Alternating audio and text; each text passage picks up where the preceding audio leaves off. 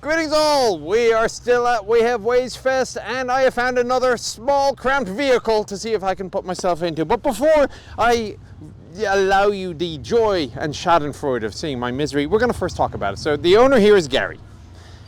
Gary, this is a strange Canadian vehicle. What do we got? It is indeed. It's a Mark I Canadian Otter light armoured car. They were, would we say, a stopgap armoured car. Because we'd lost so much gear in 1940, left behind in Dunkirk, we went to the Canadians and says, can you build us some armoured cars because we need them quick just in case the Germans are going to invade.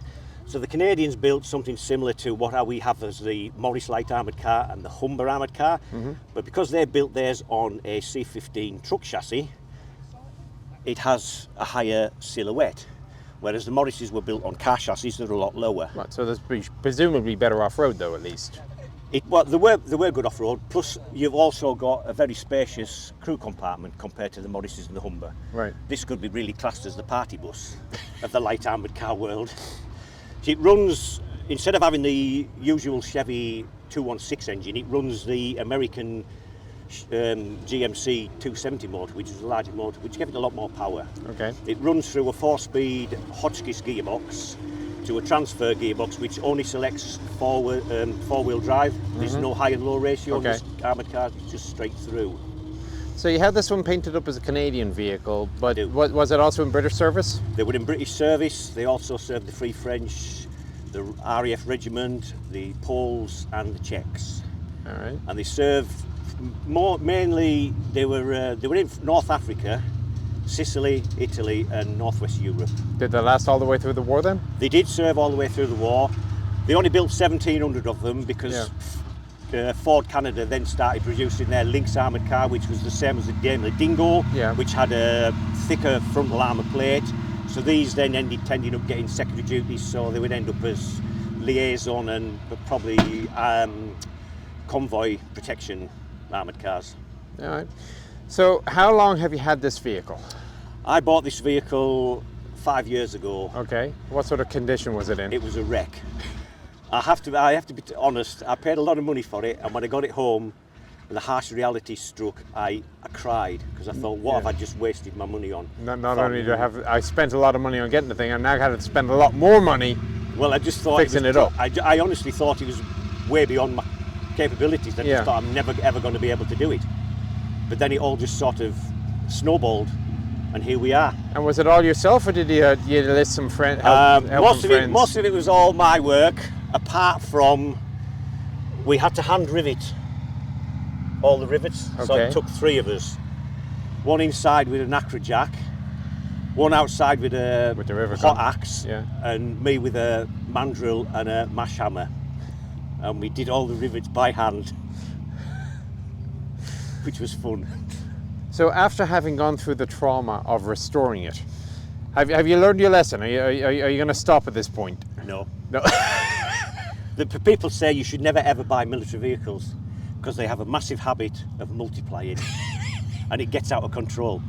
It all started off, I used to work in a museum restoring military vehicles for a living, and then it closed.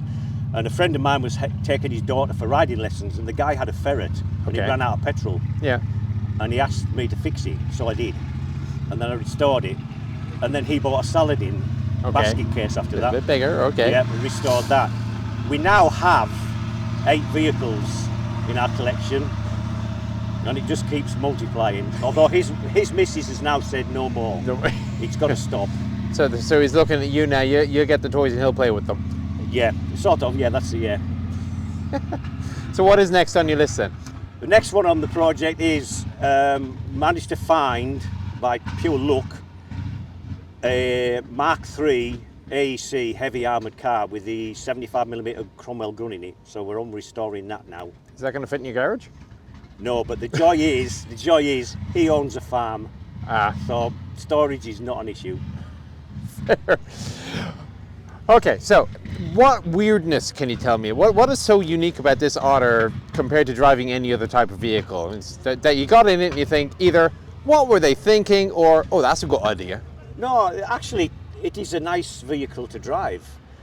Even on the road, on the main roads, I drive it around and it's nice to drive. Yeah. The only problem is his visibility's pretty low, and you've got to drive with the doors open Yeah. to be able to see properly without a second crewman. But you can drive it on your own without a crewman. But no, I just love it. I mean, what appeals to me is it looks like a 1930s coupe car. You have a Does a little drop bit, back, actually, doesn't it? Yeah, you've got a drop back, and it actually has a physical boot at the rear. There's a boot for all the guys' gear. The stowage is in a boot. So and I just love them. Makes perfect sense. It's also marked up for Canadian 3rd Infantry Div, Canadian Royal Engineers headquarters, because it's a bit of a nod to my grandfather, who served with the Canadians throughout Second World War, went in the first wave on Juno Beach and served with them till the end of the war, so it's a nod to him as well. Well, I just think they're quite cute, and you look at the nose, we have what we call a Humber pig. Yes, You look, I know it. and you can see where we got the front end of the Humber pig from, because we used to run the C-15 armoured trucks, which then came after the Otter. So what's a Tarka? Tarka's not know what Tarka is. Tarka's it's a novel about an otter. Oh, Tarka the Otter. all right. But I had to do my research because I had to make sure that the book was written before World War II Ah. to get it right. Yeah, Cool. All right. Now the important question: do I fit? fit in it. Right. Okay. So first things first. Does the seat go back? No. No. That's as far back as it goes. Well, it might. Go on, see what we'll say. It might slide a bit. I don't know. Hang on. Do I lift this up? Yeah. Doesn't seem to lift. You long-legged, you may struggle. I think that might be it. I think you might be able to look. I think that's it. All right. That's your lot. Okay. I have actually thought about moving the seat back before I get into the vehicle. This is a rarity for me. So it's as far back as it goes. All right. 1, 2, and Warfare in the arena. 3 to 5 minutes. No, because that's Oh, mate. it's a camper van. I've got all my camper The hell? gear. There's going to be pots and pans everywhere. You're the wrong Hang on. size, mate. Please don't get stuck.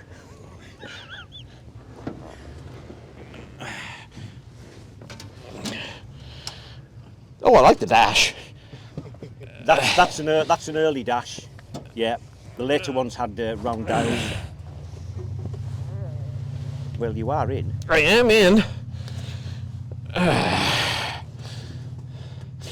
Now, being in and being able to reach the pedals are another matter entirely, because the pedals are like 6 inches behind you, in front of my feet. Now, let me grab this camera here.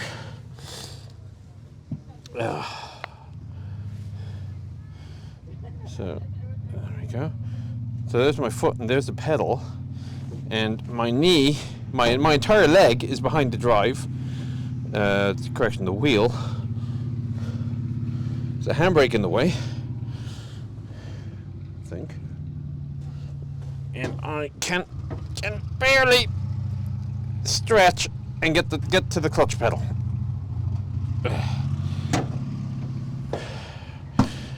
Brake and accelerator I can do. Gear shift, at least the gear shift is well placed. But the clutch is what's killing me. Which way does this handbrake go? I presume it's the handbrake. The handbrake goes down. Down? Yeah. Okay. But it So may run away. It's a danger. Go on, let it off. That's it. It's a transmission brake, so yeah. okay. So now I pull the transmission brake off. I can get up.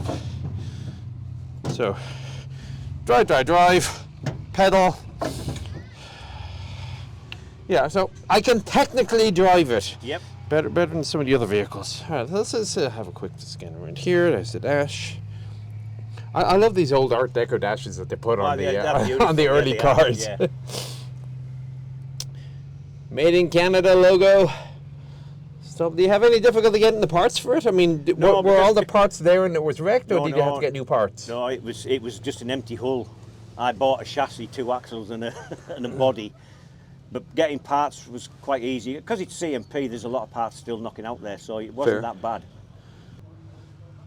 So they were nice enough to put padding up above my head. How's the ride? I like it. It's all right. It's no good for you, but it's all right for me. I love it. So sitting at full height, not great. Looking forward, that's my vision.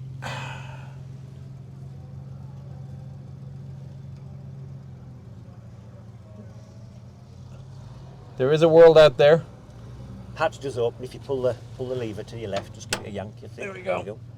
A bit further because it'll drop on you. Right up. Go on, give it a snap. Oh, I see where you're going. Yeah, till the elbow locks in. That's it. Yeah, so they're not too bad in the head position. Yeah, not my ideal, but I mean, you've kitted it out nicely. Intercom work? No. No. Just for sure. Yep. The radio works.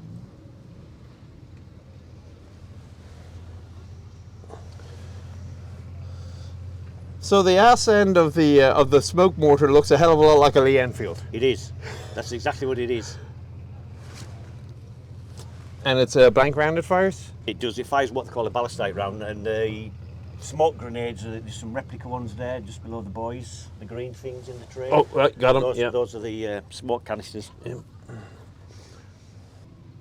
So now we got in, of course, I have to get out, which hopefully isn't going to be as hard.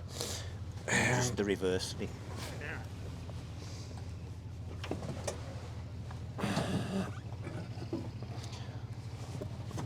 Well, it's easier when I pull the transmission lock out. So put the handbrake back up again.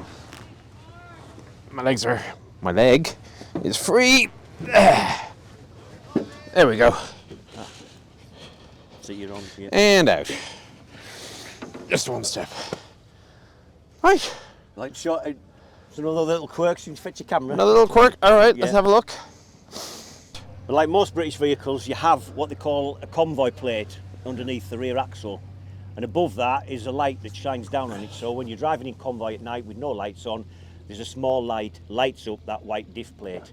Most British vehicles, you end up lying on your back, crawling underneath to change the side lights to convoy lights. The Canadians, in their wisdom, made life easier and put a little dip switch on the external of the body so you can change over outside the vehicle, not lying on the floor.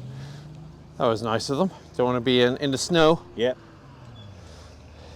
And as I say, this is like all 1930 coupe cars. This is a nice little boot for your stowage with the fuel tanks with your in front license of it. plates. Yep, right.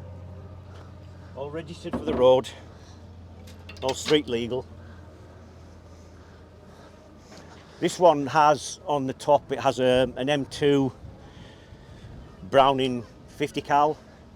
Originally the Canadians had a small turret, one-man turret with a hanging basket for a 303 Bren, but they sometimes took them off to reduce the silhouette and give it a bigger clout. This one is missing the turret because when I got it, the roof was caved in. It had had a falling shot on a range in Holland.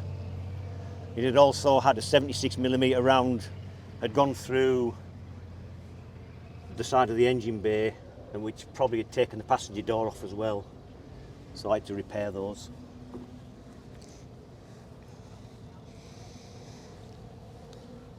The other nice quirk is as well, I've got, whether you've noticed or not, Nick, I've got it's upside down.